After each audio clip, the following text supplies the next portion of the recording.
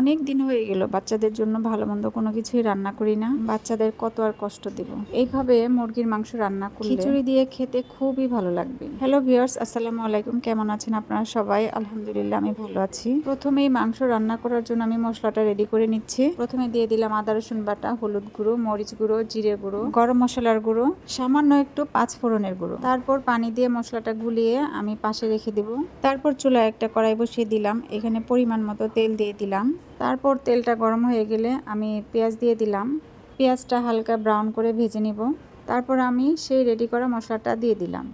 এখন পেঁয়াজের সাথে মশলাটা ভালোভাবে কষিয়ে নিব, একদম তেল ওঠা পর্যন্ত। মশলাটা ভালোভাবে কষাতে হবে, কাঁচা কাঁচা গন্ধ আসলে কিন্তু খেতে ভালো লাগবে না। তারপর মশলাটা কষানো হয়ে গেলে আমি মাংসটা দিয়ে দিয়েছি। এখানে আরেকটা কথা বলে নিই, মুরগির মাংস ধোয়ার পরে আমি একটু ভিনেগার এবং লবণ দিয়ে 10 মিনিটের মতো মেখে রেখে দিয়েছিলাম। তারপর আবার পানি দিয়ে ধুয়ে নিয়েছি। যাদের কাছে লেয়ার মুরগি গন্ধ লাগে তারা এইভাবে করে নেবে। ভিনেগার আর লবণের কারণে গন্ধটা চলে যায়। তারপর মুরগিটা কষানো হয়ে গেলে আমি পরিমাণ মতো পানি দিয়ে দিয়েছি। মাংস রান্নাতে আজকে তেমন ঝোল রাখবো না।